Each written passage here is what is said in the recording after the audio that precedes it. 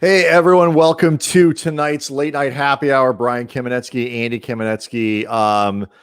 Obviously a strange day in America, a disturbing day in America, a very difficult day. We were, as a lot of people know, scheduled to have Bill Handstock on the show tonight to talk wrestling. It was tonally just an odd night for that. Bill graciously has agreed to reschedule. We do to come back next week. We really have the appropriate amount of fun with what Bill does, and so we appreciate Bill doing that for us, and look forward to having him on next week. Very fortunate to be able to have Clinton Yates, our friend, join us from ESPN on short notice. We actually just wrapped up our conversation with Clinton, I don't know, about 45 minutes ago. So we were able to talk to him about what has been just really, I mean, it's a word that gets thrown around a lot, Andy, historic, not always in a good way, but a historic. I was going to say, day. I mean, history includes a lot of very bad moments, and today is one of them. It's the type of moment that it's interesting in the sense that you can frankly have seen it coming, maybe not the exacts of it, but just sort of where things were headed, where things were frankly being directed. Yes. And what ended up happening, yet it still is shocking and disturbing to watch the magnitude of it unfold. Yeah. Even if there's an element of anticipation to it. So again, thanks to Clinton for joining us on such short notice. And here is that conversation. All right, so thanks for coming on. I know it's short notice, and obviously on just an insane day, Clinton. But one of the reasons we wanted to talk to you is that all of this stuff that was happening today was happening in your backyard. You are a person from DC. Yep. So just on a personal level, what was it to see this happening in your city? So there's a couple things about that particular part. First of all, it's great to see you all. Thanks for hitting me up. Thanks for saying hello. But let me ask you this. You guys can see me right now, as the viewers can too. Look over my left shoulder. What do you see? You see a license plate. That license plate is from my old ride in the District of Columbia, the capital of the United States of America, most powerful city in the world where I was born and raised. Now, what it says at the bottom of that license plate, I don't know if you can read it from there. You guys have glasses on, at least BK does. It says I don't see so good. Yeah. It says taxation without representation. Yeah. Now, that is the going motto for what represents the political situation in the district. For those of you who don't know, the District of Columbia is the working capital of the United States. However, if you are a resident of the District of Columbia, you do not have an actual voting representative in the national body of Congress. Now, Eleanor Holmes Norton, who has long been the ambassador of the city on that front, has been the congressperson whom has voting in, I believe, what is the committee level in terms of there's input, but technically does not get a vote at the end of the day. Now, the reason why that's important is because there are states in this union that have less people than the district that have way more votes. Why does that all matter? Because when situations like this break down in the district, you find a situation in which the locals are not allowed to handle it the way that they want. Now, without getting into the chalk talk of who's doing what and why, people were tweeting a lot today. Where's the National Guard? What's going on? Fun fact, the president of the United States runs the DC National Guard, not the mayor of the District of Columbia, a result of the direct thing we were just talking about, which is the lack of representation. So if you're asking all those questions, don't be blaming us. They ain't our rules, is what I'm getting at. So that's something to be understood when you're seeing all these headlines about the curfews and this, that, and the third. These simple laws of governance do not allow the locals in DC to handle this the way that they probably could and probably should and most certainly would in this scenario. So that's where we are. Do these places, these monuments, these sort of landmarks of the country, the Capitol building, the White House, when you grow up in a place like that, do they feel like they're part of your city? Do they feel like sort of otherly comparatively? I'm interested in that relationship that you have in how you see places like the Capitol when you see stuff like that happening today. It's a great question, and I'll tell you this most flatly. The way that everybody relates to the sort of palace intrigue, if you will, about the White House and the Capitol is through the people who work there. You think the brother that's washing dishes or cutting the lawn is some congressional appointee? Nah, it's like my cousin Jerome from up 37th Street. You know what I'm saying? Like, there are plenty of people that operate around these specific locales that are just regular folks in DC. So you get to learn it through that lens. The example I think about all the time is, have you ever seen the Wesley Snipes classic Murder at 1600? Yes, I'm familiar with that movie, Clinton. Where his dad worked for a long time as the security guard in a Smithsonian museum. And as a result, Wesley Snipes gains an affinity for what history is. That's the kind of relationship that, in fact, most accurately portrays, I think, where a lot of specifically Black folks from DC relate to what, not the monuments, BK, because the monuments ain't the same as these government buildings. All right. The National Park Service is not the U.S. Capitol Police. Now, I alerted you guys to a column I wrote many years ago about a woman who got shot after effectively taking a wrong turn into the Capitol, who was with her child from out of town. And the way it was described by police was a short pursuit, but effectively she took a wrong turn and paid literally with her life for it. The reason I bring that up is because it caused a lot of reform within the U.S. Capitol Police. They are notorious for not letting nothing go down. I'm talking jaywalking, everything on up. You know, so to see this today from a strict law enforcement strategy standpoint was stunning. Well, I was going to say that, Clinton, just like as somebody who knows that culture well, like even if you were to refer to what happened today as a protest, and I wouldn't, but for the sake of argument, let's say you would, there are certain things that you expect to see happen, don't expect to see happen, and you would consider unfathomable for a protest, even if you were going to look at it through that lens.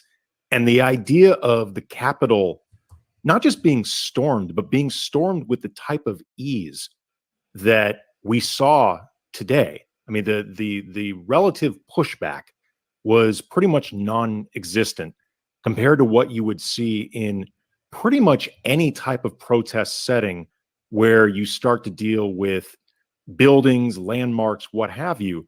But especially when you're talking about that building, I would imagine that for somebody who grew up in that area knows what it all represents. That's just impossible to wrap your head around. It's not that it's impossible to wrap my head around. What's impossible to wrap my head around is the notion that, well, quite frankly, they weren't prepared. That to me is really, really hard to understand. Never mind accept, because whether or not you want to call it a protest environment, aka, is one thing. The bottom line is that there was a confrontation. Yes. And when a confrontation occurs in a place like that, I've never seen it go that way. And whether or not we want to pass judgment on who's escalating what with whom or what have you, and obviously the loss of life is something that is unacceptable and unnecessary and unwanted. However, this is not new. People do wild stuff at these buildings all the time, and people pay dearly for it. That didn't happen today. And whether or not you believe it should have, whether or not you believe it could have, is kind of immaterial to what normally does happen. And I think that's where most people are like, really? That's it. It's not like, BK, hold on one second. It's not like they were throwing exotic blitzes at us, you know what I'm saying, so to speak. You know, this was straight up, 4-4-3 defense, rushing the quarterback, and they got home. And I don't mean to be flip on that, but I'm saying, to use a sports analogy, this wasn't something that wasn't on the film. You know what I mean? And that, I think, is where it becomes most scary, because to my point earlier, when you know all the people who wash the floors, who cut the hair, who prepare the food in the Capitol, never mind those who are just everyday people who are trying to protect those who are representatives of the rest of the United States of America, this is not in the playbook. And there's an outside argument that it kind of should have been. Well, If for no other reason, then you don't want a situation like today to play out, never mind what the political affiliations are. And that was the scariest part. especially when you know that it's coming. Like, right. it's Well, not. but what I'm saying, AK, hold on. What I'm saying is that, like, I'm calling people who are in the building and who are on the grounds who have nothing to do with the confrontation. However, they are the ones that become effectively frontline warriors on some level because they have to deal with this. The journalists, like I said, the janitors, you know, all of the support staff, for lack of a better term, who far outnumber any elected officials there, because that's the way the system works. For those of you who don't know, there's a whole power plant next to the Capitol. You know, like, there are hard working Americans, to use that air quotes phrase, that are on the ground at the place where we decide what happens in this country. This is way more than just the people that you see on TV. It's like this go down.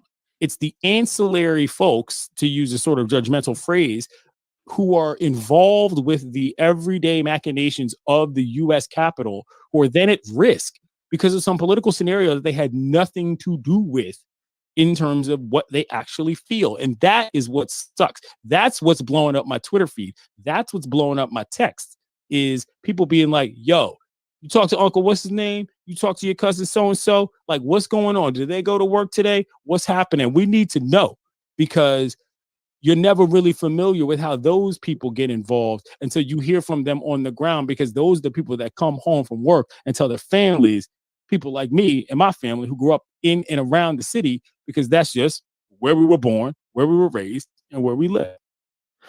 I say this because I think this summer particularly was a profound one for a lot of white people in the sense of awareness, of understanding connections between things, between, you know, how A impacts B, B impacts C, and all of these things, for even well-meaning people who just don't live in a certain world and don't know.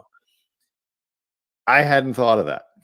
You spend the day thinking of, oh, geez, the House is there, the Senate is there, the Capitol Police are there. Like, I have the first responder. That, you know, I hadn't thought of the groundskeeper. I hadn't thought about, you know, the people who were feeding, or the whoever might be in the building for whatever reason, because everyone was in session, so someone was there.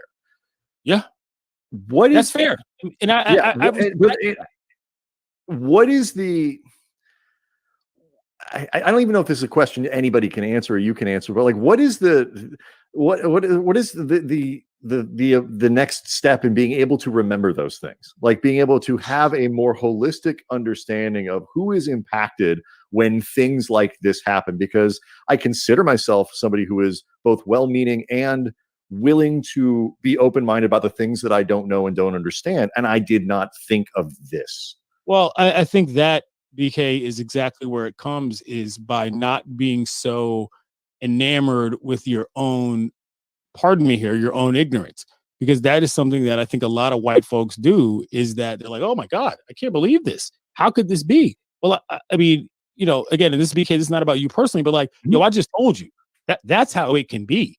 And a lot of times I feel like simply believe in us is as important as addressing what is anybody else's ignorance in terms of priority. Because if I say to you, like, let's just say you were visiting DC that day and we were hanging out at, I don't know, one of the thousands of places around the Capitol where watering holes are and so forth. If I look on the TV and I see red alert, yo, I'm like, we're gone.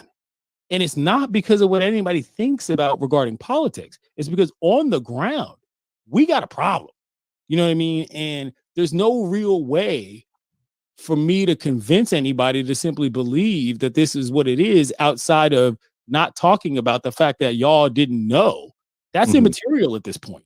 You know what I mean? Because what's actually happening is affecting too many people to get too bogged down in that. And so while I respect and I understand that question and that sentiment, BK, to me, that's like asking why your run game isn't working when your receivers can't catch a pass. Like, forget that. You know what I mean? Like, there's something that we do well, and if we can't complete that, then the rest of what's happening is kind of an aside. And that, to me, is what this was about. People were scared. who live there, who work there, who give their lives to be a part of that. You know, that's what matters. And sometimes you don't need the whole world to blow up to understand this is not how this is supposed to be. And today was one of those scenarios where ultimately people could talk about how they were surprised. People could talk about how this was remarkable. People could talk about how this is amazing. For me, as an American citizen, it was flatly unacceptable. And that's the biggest thing for me at this point. What really strikes me, Clint, in terms of the way you're talking about believing what people say, a big problem with that right now, also compounding just, I guess, some people's natural disbelief for whatever reason. Maybe it's just because they want to always believe in the best nature of people, period, whatever, that they won't believe. It's a big part of that. And themselves. Another big problem in all of this is the belief in lies and the belief in falsehoods and the belief in misinformation. And when that is being weaponized against people who are actually trying to share the truth of their lives and the truth of their experience, and you're continually getting bombarded with, no, those are lies. No, that's not what happened. You know, when you heard it tonight in these hearings after everything's settled, there were flat out lies being told on that floor, and they're amplifications of lies that have been told and retold leading up to this point. And that ultimately is a big obstacle in getting people with things that you need to believe, you know, heard. It's one obstacle. It is a large obstacle. And to be quite frank, I don't want to get too far down this road because that is, I don't want to say above my pay grade, but it's not what I do anymore in terms of a certain level of, sort of polite and public discussion. But I will say this, that obstacle is not my obstacle, nor is it our obstacle. No. And so by continually addressing the notion of the obstacle, we have a large problem of what it's going to take to get past it, through it, or over it. And this is one of the things I said when the Undefeated did a special back in the days. They said, well, what do you do?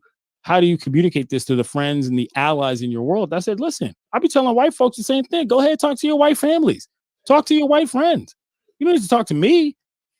I know what's going on. I'm the one telling you. And I don't say this personally, but in the larger context of this discussion, for me, it's like, yo, y'all are the ones that are voting these folks in. We can't even do it.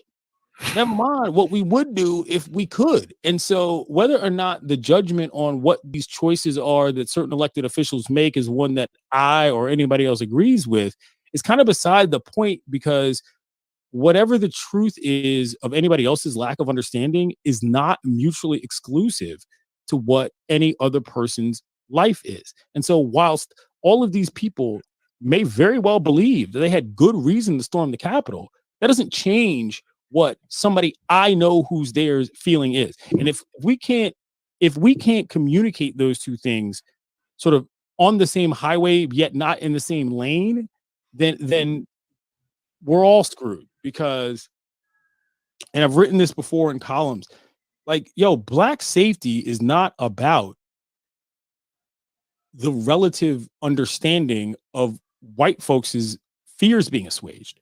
You see what I'm saying? Like, yeah. I have to say what it is I know makes sense, but it is not true because anybody doesn't get it. You see what I'm saying? And like, at some point, the responsibility does not become about what anybody's saying on the floor in terms of expressing what they think. It's about just believing and maybe that affecting sort of how you are. You know what I'm saying? If you're in a relationship, for example, with your wife or whoever, like, she doesn't necessarily have to tell you, yo, I need you to wash the dishes right now.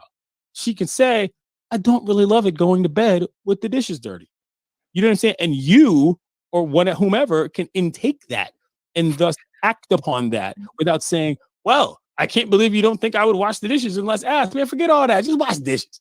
You know what I'm saying? Like, the first time you say, well, you better take care of that before you go to sleep then. But then you right. But see, if you need that level of address, you see what I'm saying? Then that's part of the problem. I'm all that.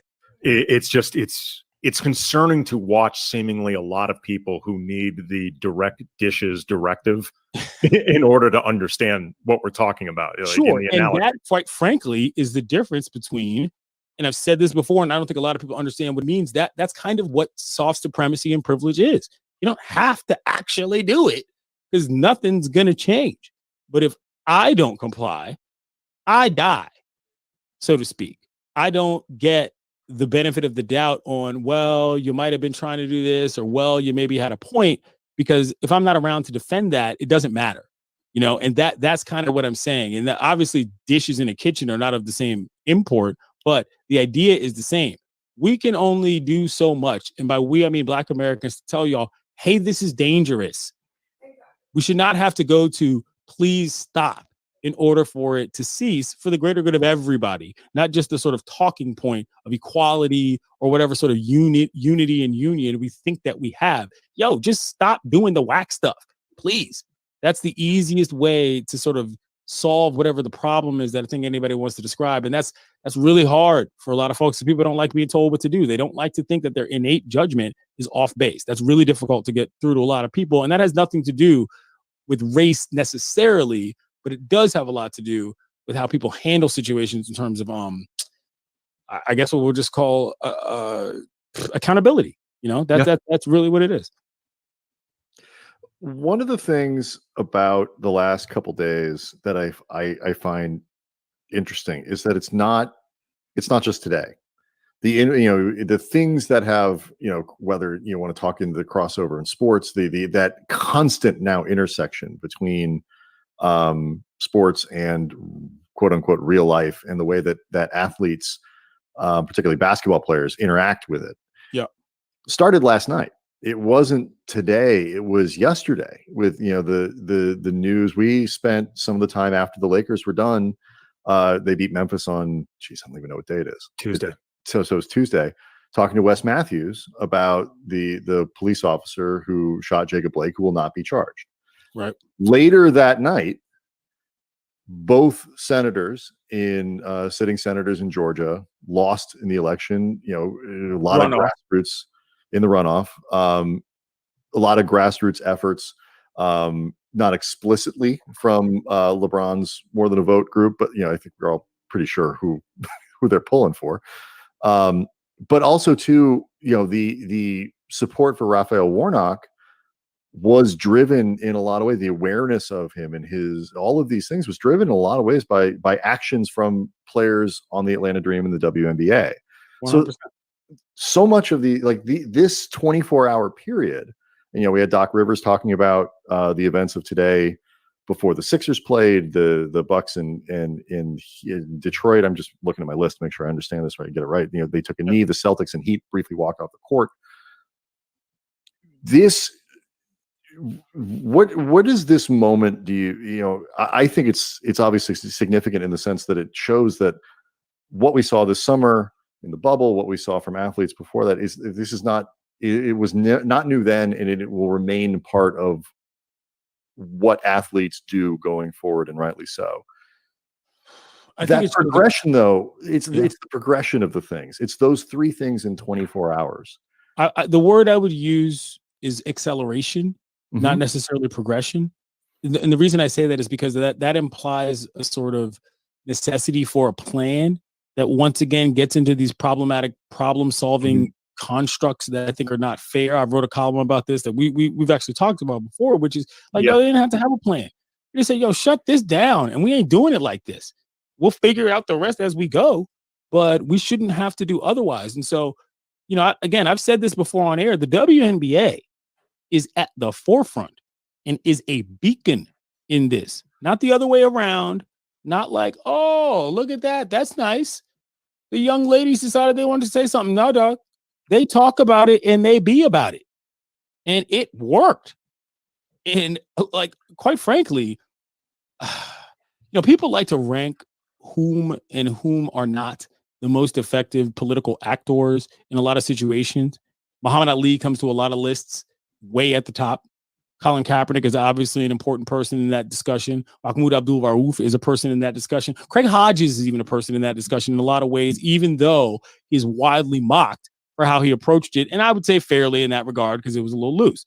But the WNBA, as far as I'm concerned, is top one. And that includes your Muhammad Ali's. That includes your Serena Williams's. That includes every single person. Maybe not Jackie Robinson because that's sort of a different context, but like, on the ground activity in real time.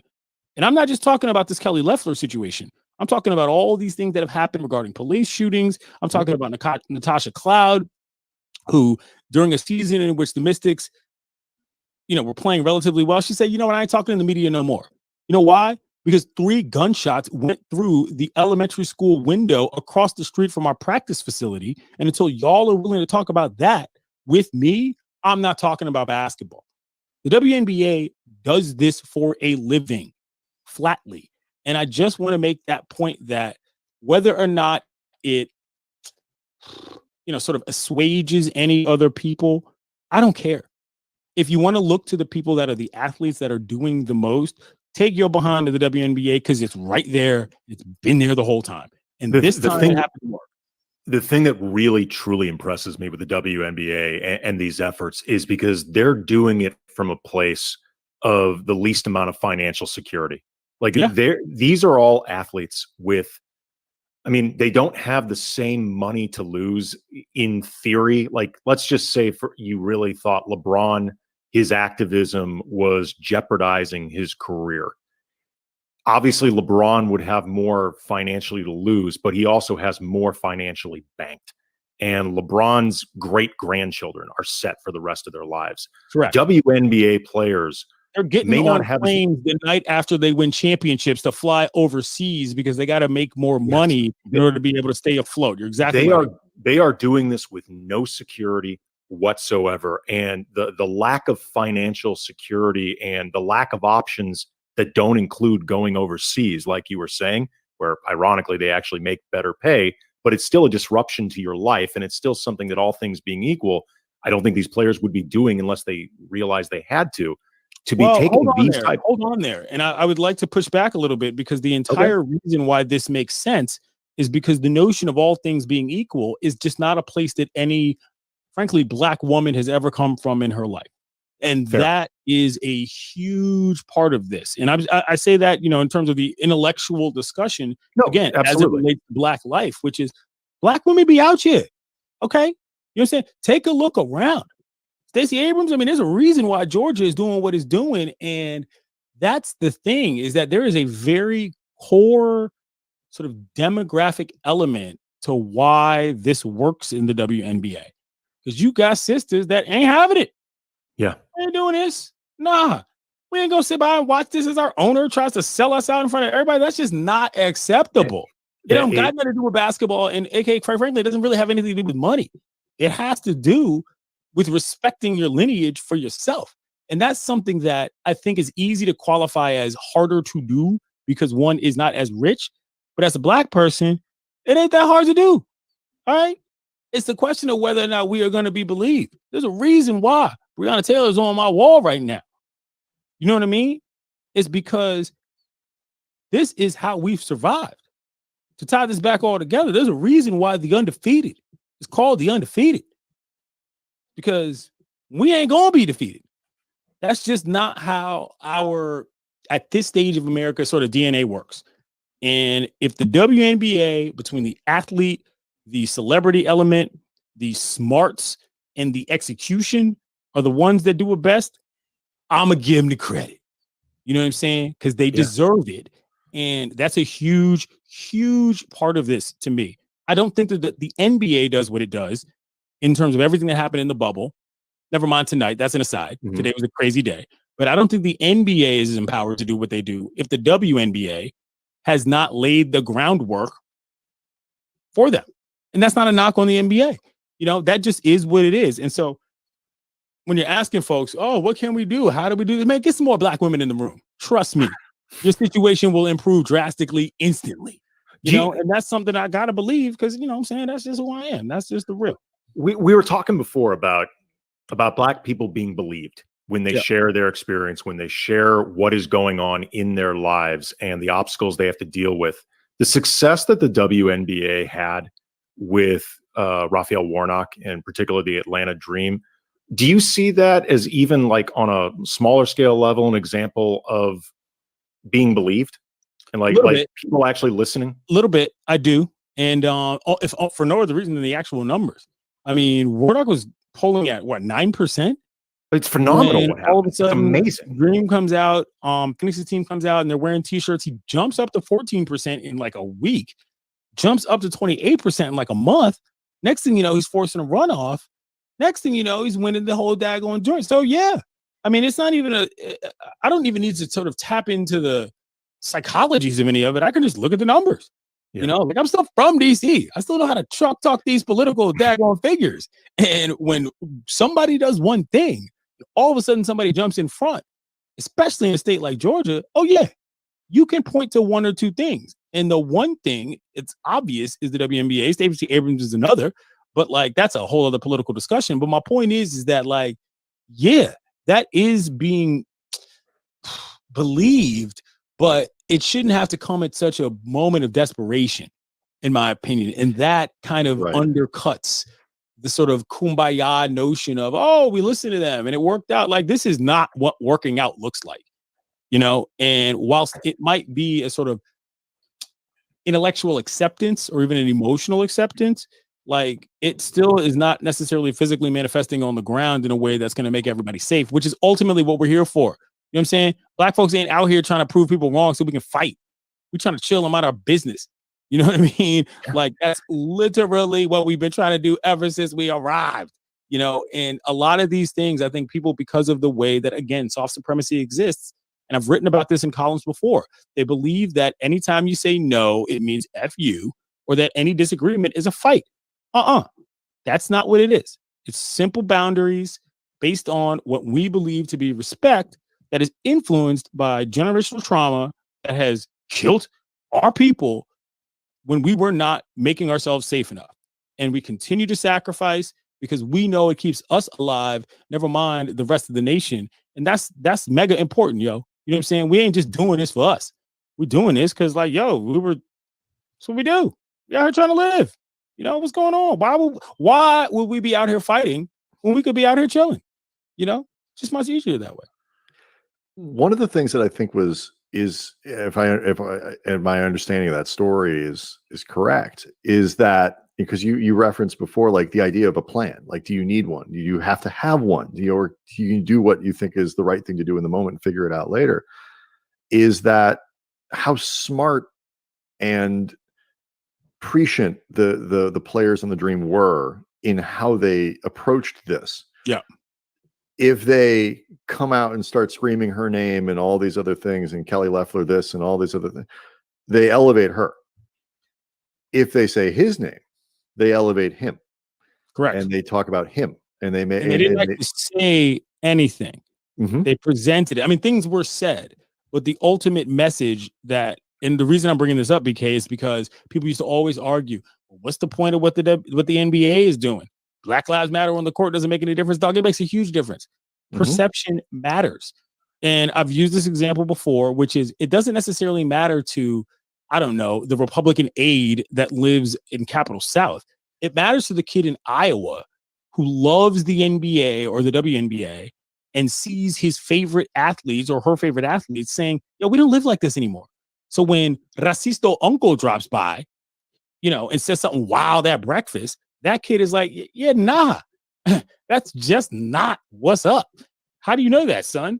How do you know that, daughter? How do you know that, friend? I know it because Natasha Cloud told me. I know it because Dwayne Wade told me. I know it because LeBron told me. You know what I'm saying? Like, that's what it is. And so the influence to me is well beyond just sort of the stated, I don't know, debate team goals, so to speak. And more so just like, yo, that cool person, they're about this. Let me look into that and figure it out for myself. And now that I'm looking around at the rest of the country, I understand what all this means. That's the thing, BK, is that you just have to put it out there. Whether or not you convince anybody is on them. We're all smart enough for this. And I understand I don't have kids. I'm not married. I'm about to be 40 next year. So a lot of what I present comes from a place of adults talking to adults. But a large part of that is adults talking to adults because kids can see that. Yeah. And it makes, I will tell you, as one who's got, two grown up enough children to have an idea of what's going on in the world now, a daughter, and Andy's got a kid too. It matters. It absolutely 100%. My 8-year-old, then 7-year-old didn't understand the nuance of George Floyd. And we didn't necessarily try to explain all of it to him either. He's 7. And he doesn't understand necessarily the origins and the development of Black Lives Matter and all these other things. Again, he's 7, but he knows what that means, and he knows it's wrong, and he knows why it's a thing, and he knows that he knows why it has to, and like that is significant, huge. And his friends at school know that, and like it really does. And for a kid, particularly a girl, to see another woman do that is monumentally important. To see I was actually going to ask you this. Is there an analog for Maya Moore? I mean, she literally walks away from her career to do, to do what she did and get a man freed from prison. Jonathan Irons?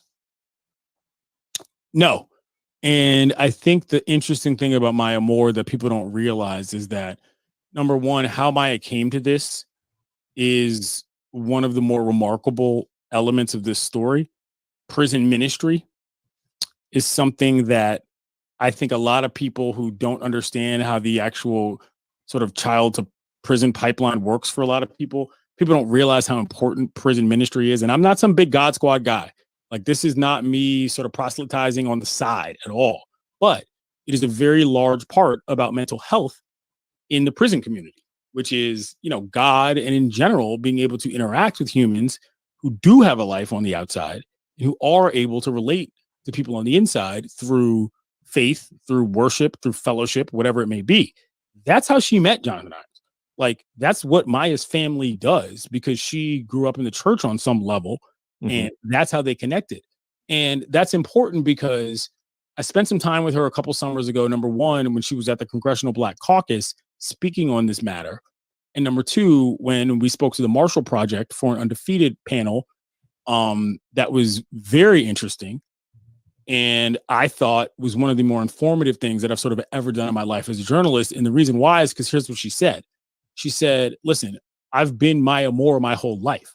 I've been famous. I've been popular. I've been excellent. I've had influence. I'd like to consider myself a pretty smart person, which she is. She said, but she didn't know anything about the process of how any of this stuff worked from like a chain of command level, which is starting with, like, prosecutors are elected officials in most states. Like, the people who determine how those who do state offenses are adjudicated and so forth, you can pick those people, and like a lot of folks don't know that. And in a lot of places, you can pick on down to the county sheriff. These are literally elected positions. You get on Tejas, bruh, half the signs you're seeing are to elect the dudes who have guns, not to elect the people who are going to go to the state house or the people who are going to go to DC. And that's instructive to this point, which I think was ultimately the thing I took away the most from her, which is what she said was, educate yourselves and figure out what makes sense to you. She didn't just get up there as, I'm the famous Olympian and WNBA champion and MVP Maya Moore, get my friend out of prison. That wasn't what she did. She said, here's what I learned in this process. Here's what I figured out as we went along and I educated myself. And here's the conclusion I've come to regarding a person that I happen to know personally. And it worked. But I was incredibly impressed with the notion that she didn't go, for lack of a better term, full Kim Kardashian. And I respect Kim Kardashian for what she's doing, trying to get people out of prison in certain situations, but she didn't do it that way, Maya, because that wasn't her nature. And quite frankly, I don't know if that would have worked in terms of what her overall goal was. Getting Jonathan Irons out of prison was a personal family goal. Educating her fans and following on how this all works in America, I think, was her larger purpose. if that makes sense. And that she achieved, in my personal opinion. So no, there's no real comparison because, dude, she did the work, man. You know, like whether or not she quit the WNBA or left any leagues or not, how she went about what she did when she did leave is as impressive to me as anything else. I learned a lot as somebody who knows a ton about this from how she went about her work. And I appreciate that from Maya so much. It was a great moment when my mom got to meet her. She was so impressed. And the fact that it actually worked out, never mind their personal relationship, is just, I mean, that's the kind of things I'm going to be telling my grandkids about if I'm lucky enough to have any kids at all, and never mind those kids having kids. You know what I'm saying? Like, that's real deal stuff in terms of how we pass the torch in Black America. I was just going to say, like, the amount of time I think it's going to take to really get a sense of perspective of just everything she did, what it all entails, and the significance of it could take a while, especially because there's still the idea of what comes next from it. And we haven't seen that yet, because like the idea of what she proved possible. I mean, this is like stuff that you would see in a movie, and you might get a note that it's unrealistic. You know, like the studio note would say, this is too schmaltzy. This would never happen. What I was going to say, and that's exactly the idea that came to me when Big John Thompson passed from the Hoyas. You know, and I'm just going to say this quickly. Like, if you had told me or told anybody, oh yeah, by the way, in the 50s and the 60s, there was some big, huge brother that ended up being one of the best high school basketball players in America, and then he ended up being one of the best college players in America. And then he went and backed up Bill Russell and won a couple rings. And then he came back to some weird parochial school and decided he was going to like pull kids out of the ghetto. You know what I'm saying? And I use ghetto very importantly in this word to make a powerhouse basketball program that changed the face of college basketball and the pros forever. Oh, and by the way, he did it in the 80s and 90s DC when crack was a major deal. You wouldn't believe it. Just like you wouldn't believe that if the best basketball player on earth, who's a woman, decided to walk away from the game to get a family friend out of prison for something he arguably didn't do, or at the very least should not have been convicted for, and it worked, you'd be like, yeah, nah, that's not real. That's crazy. You know what I mean? And like that to me is forever impressive. It just is, because you're right. You can't make it up. And it's not that it's stranger than fiction. It's just that it's a real life part of how Black folks survive, you know, and that to me is an energy that I felt around her personally. Never mind how effective it was from a, you know, just a courtroom standpoint. And that's why, because there's no comparison. There just isn't one, because it hasn't happened. And it's not that it didn't mean to happen. It just has not. I think, I mean, it's not a story that people don't know, but I wish it's a story that more people did know. And I wish, you know, it's the type of story that should make somebody, you know, Sportsman of the Year. It's Sports Illustrated. No, that's another discussion I don't want to get into, but I will say this to both of you. I think a lot more people know that story than you think, you know, and I don't know how often you guys are in the basketball gyms of the world, so to speak, but I don't speak ill of the late great. I know, right? Look at this guy. You look like absolute gym dad. But what I'm saying is that I guarantee you Gigi Bryant knew that story. Oh, absolutely. I guarantee it. You know what I'm saying? And those are the minds that I think a lot of people sleep on. Like, not for nothing. If y'all don't know, I mean, big deal. You know what I mean? But if the people who are, like I said, I say this because I'm turning 40 next year, but people who got their lives in front of them, you know what I mean? Unlike us washed up idiots who are out here yelling in the middle of the night on microphones. If they get it, that's what matters. I don't need to know. Rather, I don't need to get it in order to know that they get it. And hopefully can apply it to their lives in that way that doesn't end up with people getting yelled at for not washing the dish. Yeah, I think the part of that story where I really became really aware of it was like almost in the in-between, because there was the first year she walks away and like, I think, you know, because, she's a superstar. She'll be back next year.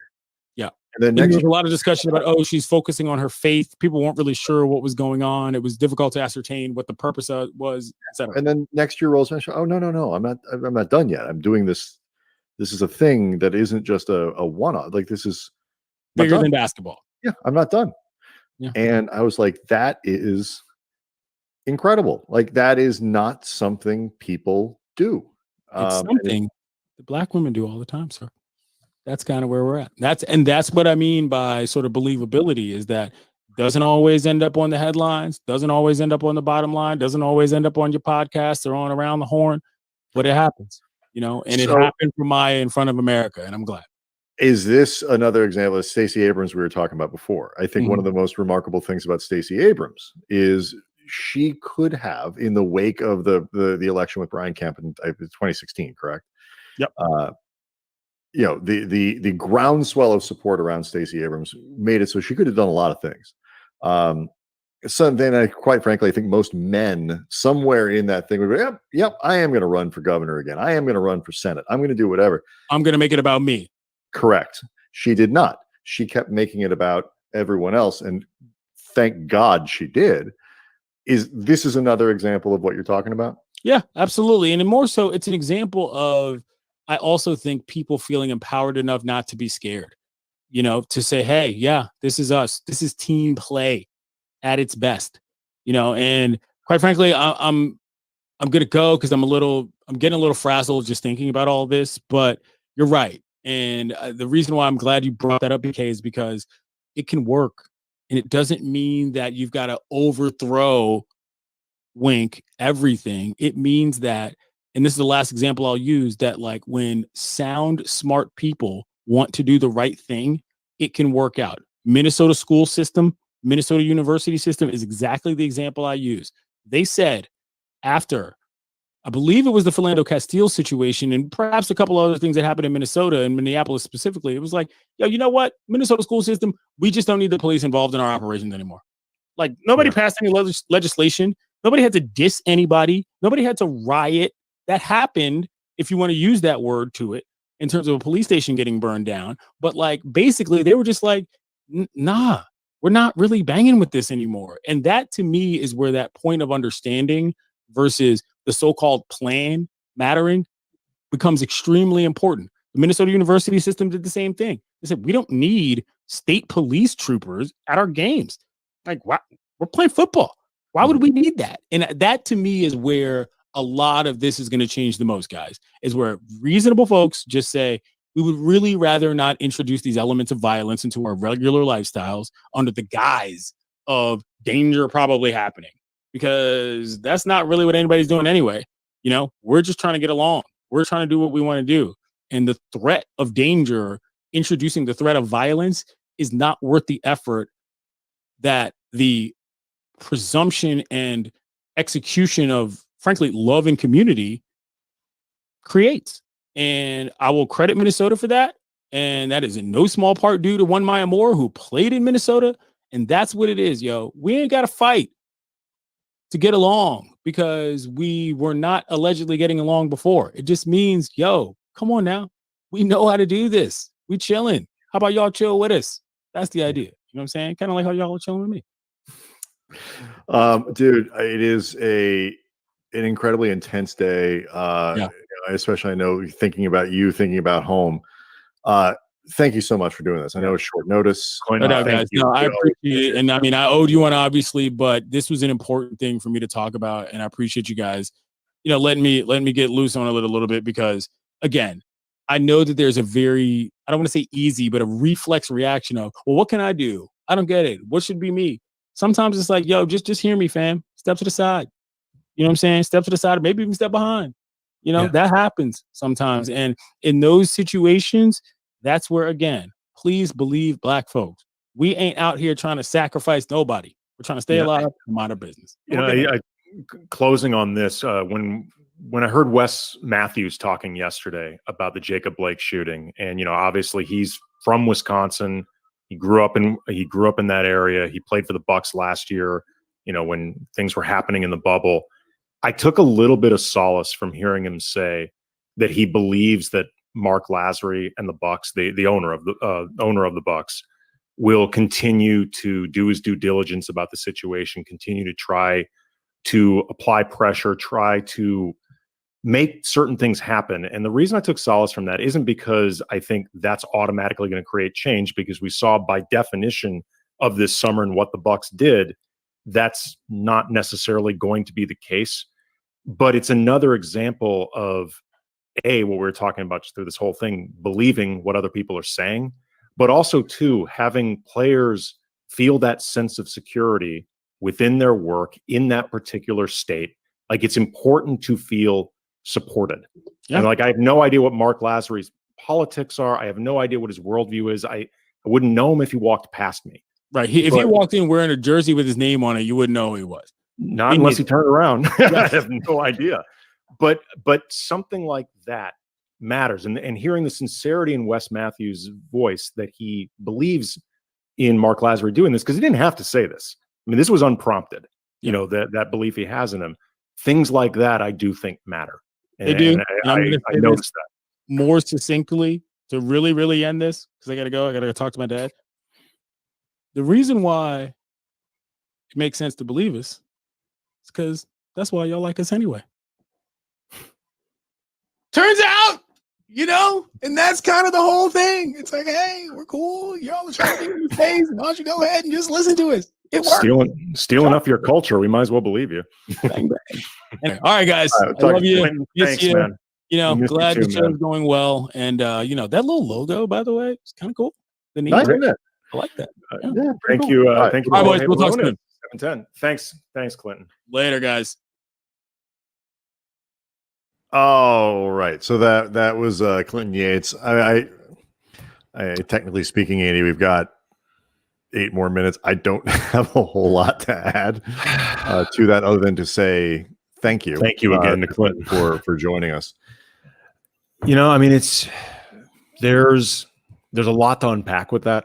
Mm-hmm. That idea of believing what Black people, believing what people of color, people, minorities, different experiences than the ones you've had, and different worldview, different walk through life, trying to just listen. Like, listening has become, I think, a commodity that we don't put enough value on. And listening, I think, sometimes gets taken to mean like you have to agree with everything that is being said to you. Mm-hmm. And you don't. Like, it's great if you can always find different ways to agree on matters like these that are really important. But what really matters, I think, more than anything, is actually just listening. And then also asking, what can I do to help with this that doesn't involve just teach me everything? And like we saw a lot with, over the summer with a lot of the unrest that was happening, there were a lot of, I think, very well-intentioned, well-meaning, sincere white people who were admirably at a lot of these protests and admirably looking to be in the middle of this, but they weren't always very good at the idea of get behind this person of color, this Black woman, this Black man, Latino man that has more direct skin in the game, has more experience in what's going on, and is telling you, this is what I need from you. Like, and just accept that that's actually what it is. And that, the best way to offset whatever white privilege that you have, that either you have or you are perceived that you have, isn't to necessarily just take charge of everything or, try to, be in the middle of all of it. Like, your leadership isn't always the essence of it. Right. Your leadership, the essence of privilege. Right. Your leadership is going to be needed in certain areas, but it's not going to be needed in all of them. And to find out the best way to exercise it, go to the people that you are actually trying to, be, I hate the word sometimes because I think it gets overused, but be an ally towards, and, have the humility to understand that this person that you were looking to be that ally for knows exactly what they need from you, and accept that. Yep. I think that gets lost a lot. Yeah, I would agree. So it's been an exhausting day. We appreciate everybody coming to the show tonight. Appreciate your willingness to stick with us. Obviously switch gears a little bit. Thanks again to Bill Handstock, who we're going to have on next week. Yes, and we'll have the appropriately fun conversation that you're supposed to be able to have about wrestling. Yeah, and look, I mean, it's interesting. In terms of things that happened today, and with the Trump administration, there's a presence of the McMahons of the WWE Yeah. in that world. For sure. I don't know enough about this in terms of WWE, like the Venn diagram between that and the MAGA world, but I know that that's a big thing in MMA. Everybody loves WWE, Andy. I'm one of the things we can all agree on. Well, I say that just because I'm interested in asking Bill about that next week, and I'm interested to find out, like, what does a day like today do in terms of those relationships? Sure. Because Vince McMahon and Linda McMahon are close with Donald Trump. I believe Linda McMahon had a position. Small Business Administration cabinet. I think that was one of the original. I don't know. Right. And there's been some churn there, Andy, over the course of time. And, it feels almost like a redundancy to say that something weird involved with that particular White House. But the idea of our president being, I believe, inducted into the WWE Hall of Fame, strange goings on. But I am very curious to see what, if any, space they look to put between the administration and WWE. Right, or we'll see. I mean, in time, the administration will be a different administration. There's so much that just doesn't. But there's going to be distance that people look to create in the aftermath. Right, sure. All of this stuff is the amount of transition that's going to be going on is not just limited to what we'll be seeing over the next 13 days. But yeah, it's a good question, and we'll talk about that with Bill next week. Tomorrow night. Back to the NBA, Om Young-Masuk from ESPN. Love Om. Had him on a little while ago. Really happy to have him back, and we'll get you ready for the NFL playoff weekend on Friday with Ted Wynn from The Athletic. A super informative guest there. Got some good people getting ready for next week as well. So we'll be back tomorrow night. Thanks again to everyone for watching, and we'll see you tomorrow. Dank u, Nederland.